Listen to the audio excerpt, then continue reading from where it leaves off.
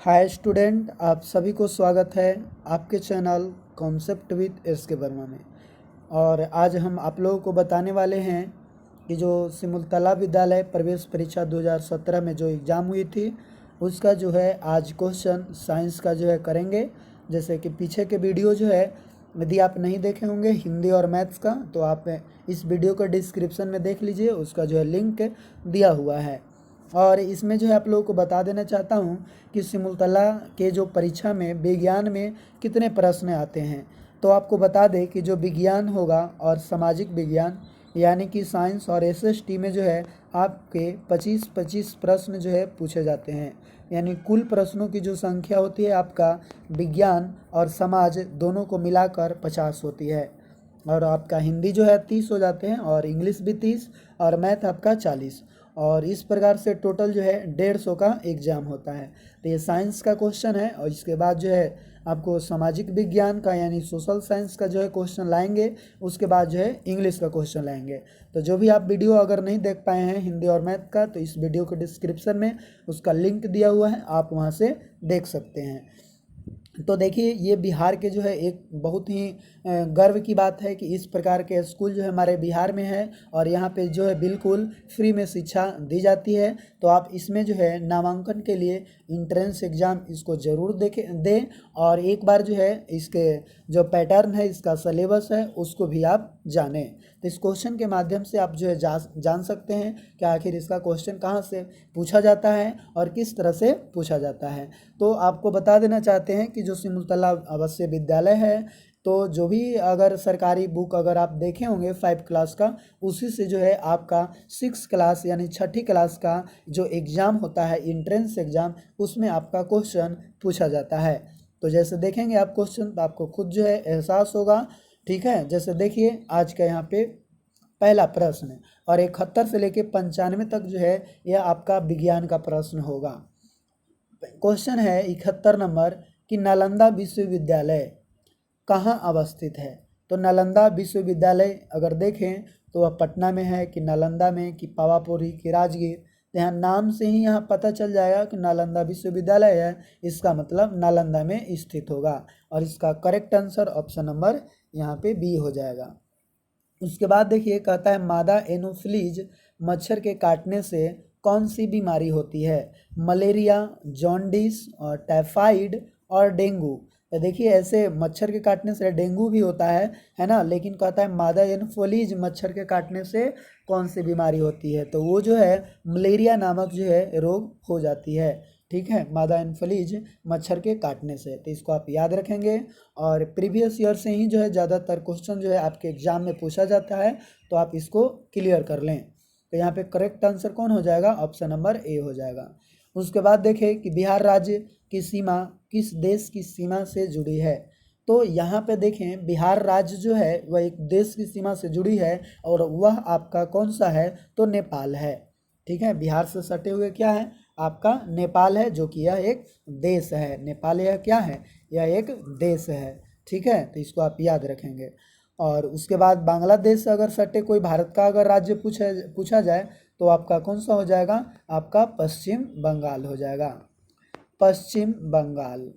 ठीक है, और यहाँ पे अगर म्यांमार से पूछा जाए तो आप अरुणाचल प्रदेश यहाँ पे टिक आउट कर सकते हैं, अरुणाचल प्रदेश। ठीक है, उसके बाद देखिए नेक्स्ट क्वेश्चन देखते हैं। कैक्टस के पौधे खाली स्थान में पाए जाते हैं, तब मरुभूमि क्षेत्रों में पाए जाते हैं, मरुस्थल क्षेत्रों में पाए जाते हैं कैक्टस के पौधा।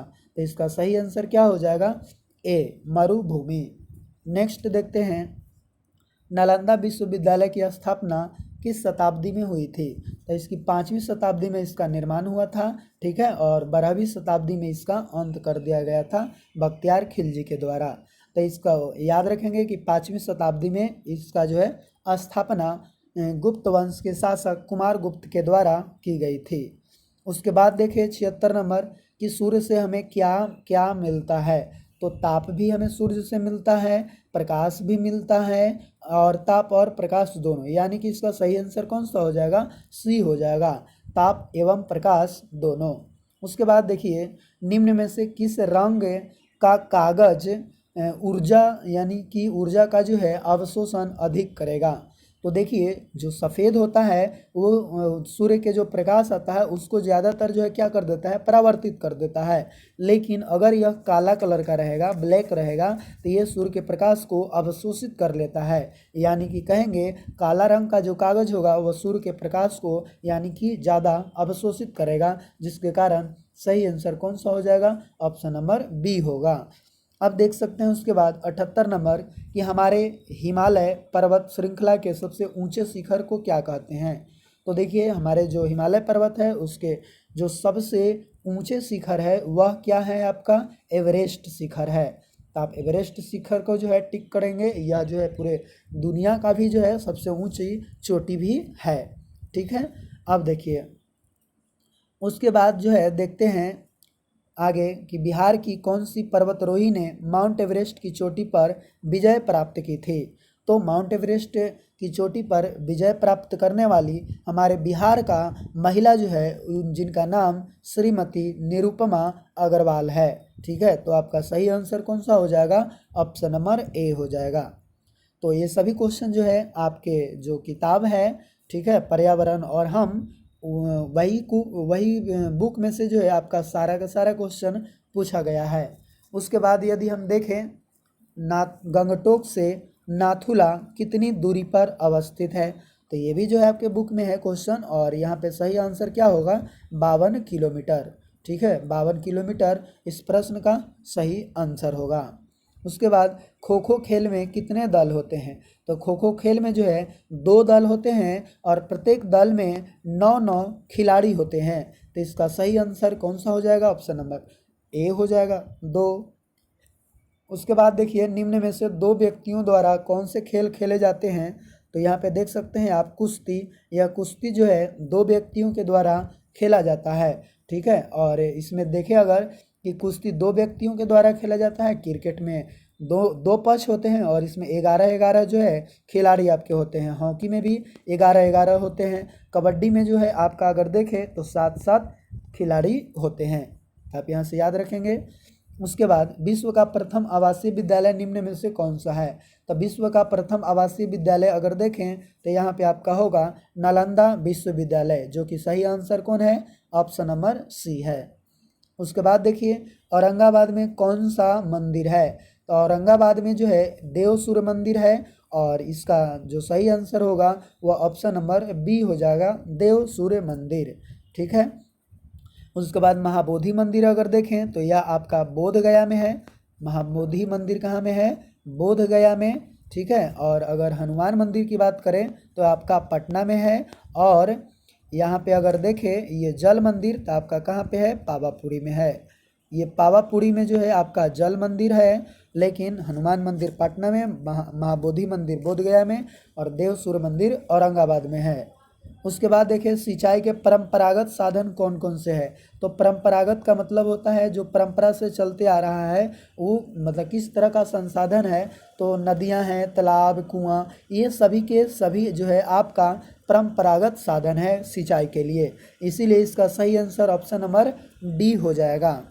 उसके बाद देखिए वाल्मीकि राष्ट्रीय उद्यान में मुख्य रूप से किस जानवर का संरक्षण किया गया है। तो हिरन, बाघ, चीता, लोमड़ी। तो इसका जो सही आंसर होगा ऑप्शन नंबर बी हो जाएगा, कौन सा भाई, बाघ हो जाएगा। ठीक है, उसके बाद देखिए जानवर जो सिर्फ पौधे को खाते हैं, तो जो पौधे खाते हैं या उसके उत्पाद को खाते हैं उसे शाकाहारी कहते हैं, और जो मांस को खाता है उसको मांसाहारी कहते हैं। और जो सभी चीज़ खाते हैं मतलब जो शाकाहारी भी होते हैं, मांसाहारी दोनों प्रकार के होते हैं, उन्हें सर्वभक्षी कहते हैं। ठीक है, उसके बाद जो है यहाँ पे आंसर इसका देख लिए कि सही आंसर कौन सा होगा, सी हो जाएगा। उसके बाद निम्न में से किस ईंधन का उपयोग खाना बनाने में करते हैं। लकड़ी का भी उपयोग हम लोग खाना बनाने में करते हैं, केरोसिन तेल जो कि स्टोव आप देखे होंगे, स्टोव। ठीक है, तो स्टोव पे जो है केरोसिन तेल डालकर जो है उसमें खाना पकाया जाता है। फिर उसके बाद अगर देखें केरोसिन तेल का इस्तेमाल जो है किसी चीज़ को जलाने में और उसको खाना पकाने में भी इस्तेमाल करते हैं। गैस का तो हम लोग करते ही करते हैं, एलपीजी गैस है ना। तो ये सभी के सभी जो है इसमें जो भी ईंधन है ये सभी का उपयोग हम लोग खाना बनाने में करते हैं। उसके बाद बिहार में कितने ज़िले हैं। तो बिहार में देखा जाए तो आपका 38 जिले हैं, जो कि यहाँ पे सही आंसर कौन सा हो जाएगा, बी हो जाएगा। उसके बाद देखें कि गर्मी में बोई जाने वाली फसल को क्या कहा जाता है, तो खरीफ, रबी, जायदा और नगदी फसल। तो खरीफ फसल यह जो है खराब मौसम में होता है, यानी कि बरसात के मौसम में आपका ये खरीफ फसल होती है। उसके बाद जो है अगर देखें रबी फसल, तो यह सर्दी के मौसम में होता है, यानी कि ठंडा के दिनों में ये होता है। और जायद फसल जो है, जायदा फसल इसको गर्मा फसल के भी नाम से जाना जाता है, और इसीलिए इसको जो इसकी बोई जाने वाली जो समय है वो आपका गर्मी है। और नकदी फसल जो है यह कभी भी बोई जा सकती है, ये एक व्यापारिक उद्देश्य के लिए जो है इसको बोई जाती है। तो इसको जो है कोई समय निर्धारित नहीं है, बल्कि ये तीनों के लिए समय यहाँ पे निर्धारित है, जो कि आपको बता दिए कि इसका सही आंसर सी होगा। उसके बाद प्राचीन काल में नाथुला का रास्ता किस नाम से जाना जाता है, सिल्क मार्ग, पहाड़ी मार्ग, सिल्क मार्ग और पहाड़ी मार्ग दोनों, इनमें से कोई नहीं। तो जो सही आंसर होगा आपका सिल्क मार्ग, ठीक है, सिल्क मार्ग, इसको रेशमी मार्ग भी कहेंगे, और करेक्ट आंसर ए होगा। उसके बाद है निम्न में से कौन नोबेल पुरस्कार से सम्मानित है, तो नोबेल पुरस्कार से सम्मानित जो है यहाँ पे आपका ए ऑप्शन में है, यानी कि अमर्त्य सेन है।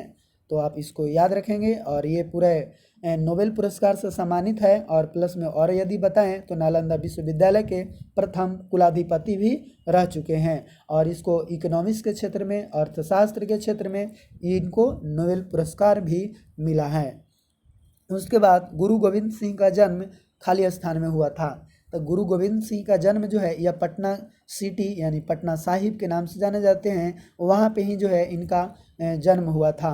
और ये जो है गुरु गोविंद सिंह जो है यह 10वें गुरु हैं, ठीक है, तो आप इसको भी याद रखेंगे। उसके बाद जो है अगर देखें मलेरिया मच्छरों से फैलता है, इसकी खोज किसने की, तो इसका खोज जो है आप लोग पढ़े होंगे एक कहानी कि मलेरिया के डॉक्टर रोनाल्ड के संग और मलेरिया के जंग, ठीक है, मलेरिया के जंग और रोनाल्ड के संग। तो उस प्रकार से जो है उसमें बताया गया है कि मलेरिया मच्छरों से फैलता है, और इसकी खोज जो है सबसे पहले रोनाल्ड रॉस ने किए थे। तो इसका सही आंसर ए हो जाएगा। उसके बाद देखें नालंदा विश्वविद्यालय में कहाँ कहाँ से छात्र पढ़ने आते थे, तो बहुत सारे देश के जो है लोग पढ़ने आते थे, कोरिया, चीन, तिब्बत, यानी कि इनमें से सभी जो है इस प्रश्न का सही आंसर होगा। उसके बाद आपका क्वेश्चन जो है सारा क्वेश्चन समाप्त हो गया, और इसी के साथ सभी लोग को जो है हमारे तरफ से थैंक यू, और फिर मिलेंगे हम लोग नेक्स्ट वीडियो में, तब तक के लिए धन्यवाद।